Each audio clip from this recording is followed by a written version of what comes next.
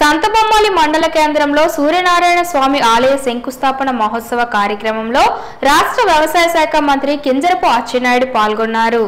ఈ సందర్భంగా మంత్రి కింజరపు అచ్చెన్నాయుడు మాట్లాడుతూ ఆధ్యాత్మిక కేంద్రంగా సంతబొమ్మాలి మండల కేంద్రం తీర్చిదిద్దే బాధ్యత తాను తీసుకుంటానని అన్నారు.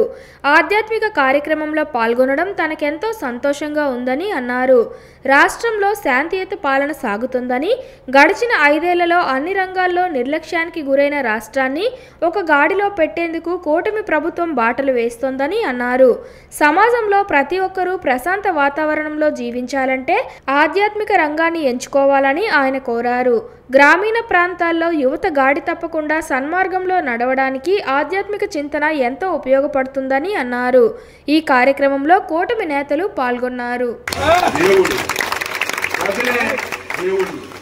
నేను వీళ్ళకు నమ్ముకున్నాను కాబట్టే 42 సంవత్సరాల్లో రాజకీయాలు కష్టం వచ్చిన, ఇబ్బందులు వచ్చిన మనం ముందుకెళ్ళామంటే దేవుడి దయ, ప్రజల ఆశీర్వాదం, కార్యకర్త కష్టం, ఈ మూడింటికి తోడుగా చంద్రబాబు నాయుడు గారు, లోకేష్ గారు, పైనున్న ఎర్రన్నాయుడు గారు నిండు ఆశీస్సులు మన మీద ఉన్నాయి.